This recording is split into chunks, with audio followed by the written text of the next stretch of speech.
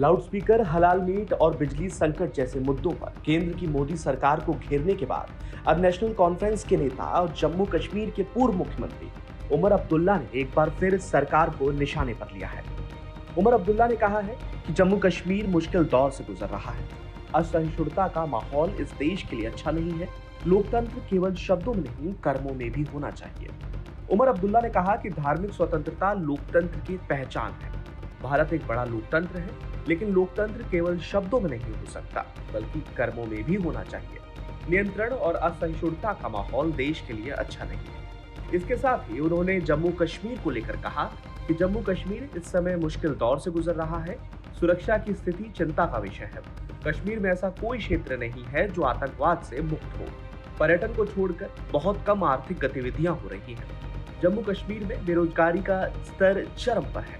इसके साथ ही उन्होंने कहा कि हमें बताया जाता है कि हमें क्या पहनना है, क्या खाना है, क्या करना है, ये सब क्या है। Religious freedom is one of the hallmarks of a democracy. And India rightly claims to be the largest democracy in the world. We are a large democracy, but a democracy cannot just be in word. A democracy must be in deeds also. Freedom to practice one's religion is one of the hallmarks of a vibrant democracy.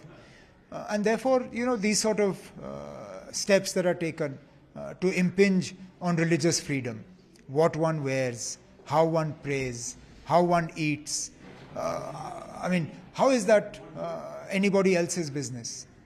How I choose to pray is my business. It's between me and my God. What I choose to wear is between me and my God. How I choose to eat is between me and my God. I don't get to tell anybody else how they should do it. So why should somebody tell me? And I think this is unfortunate. This sort of attempt to, this move to control, this atmosphere of intolerance, it doesn't bode well for this country. इसके साथ ही उन्होंने अपने एक अगले बयान में कहा कि भारत एक राष्ट्रीय भाषा के हिसाब से काफी विविधता भरा देश है। भारत के पीछे का विचार यह है कि यह सभी को स्थान देता है। अगर भारतीय मुद्रा का नोट सभी भाषाओं को जगह देता है, तो इससे यह भी समझा जा सकता है कि हम सिर्फ एक भाषा, संस्कृति और धर्म से कहीं बढ़कर हैं। India is too diverse a country to have one national language. I think the idea of India is that it gives space to everybody. When you pick up a currency note, an Indian currency note, how many languages do you find on it? The Indian currency note gives space to all the languages. If the Indian currency note can give space to all languages, then obviously it is understood that we are more than just one language. We are more than just one culture. That's the point. We are more than just one religion. And I think it's important to recognize and respect that. We must give space to everybody. If in Jammu and Kashmir we do not impose language, why should anybody impose language?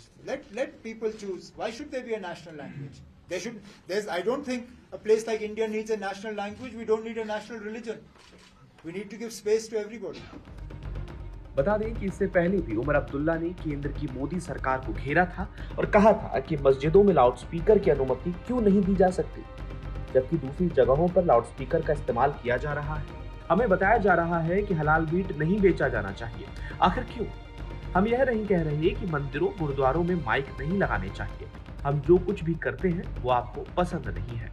इसके साथ ही उन्होंने कहा कि हम जम्मू और कश्मीर भारत के साथ विलय के लिए इसलिए सहमत हुए क्योंकि हमें बताया गया था कि यहाँ सभी धर्मों को समान नजर से देखा जाएगा।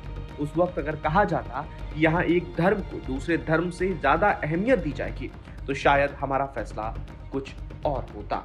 इस खबर में फिलहाल इतना ही। अपडेट्स के लिए बने रहिए वन इंडिया हिंदी के साथ।